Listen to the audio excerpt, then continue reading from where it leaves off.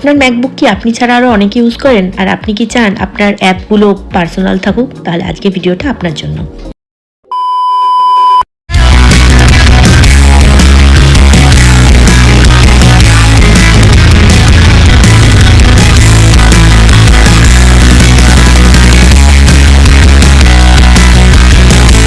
So welcome back to my channel.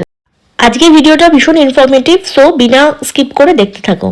প্রথমে Mac থেকে shortcut অ্যাপটি ওপেন করুন, সেখানে অটোমেশন ট্যাবে গিয়ে প্লাস আইকনে ক্লিক করুন। তাহলে দেখবেন একটি মেনু খুলে যাচ্ছে, সেই মেনুতে লেখা থাকবে অ্যাপ।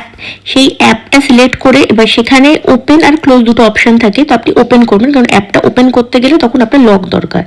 আর যে অ্যাপটা আপনি লক করতে চান সেটা উপরে ডান দিকে চুজ অপশন থাকে, সেটাকে সিলেক্ট করে অ্যাপ সিলেক্ট করে নেবেন। আমি এখানে ক্যালেন্ডার লক করছি, সো ক্যালেন্ডার সিলেক্ট করলাম এবং রান ইমিডিয়েটলিতে অবশ্যই ক্লিক করবেন।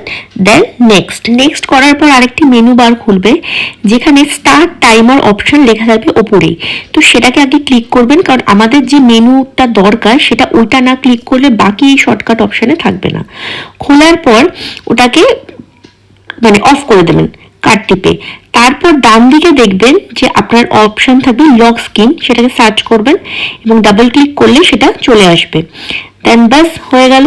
দেন ওপরে ডান দিকে রান করিয়ে দেবেন, দেন কমপ্লিট। শর্টকাটটা ঠিকঠাক কাজ করছে কিনা তার জন্য আপনি যে অ্যাপ্লিকেশনটা লক করেছিলেন সেটা খোলার চেষ্টা করবেন।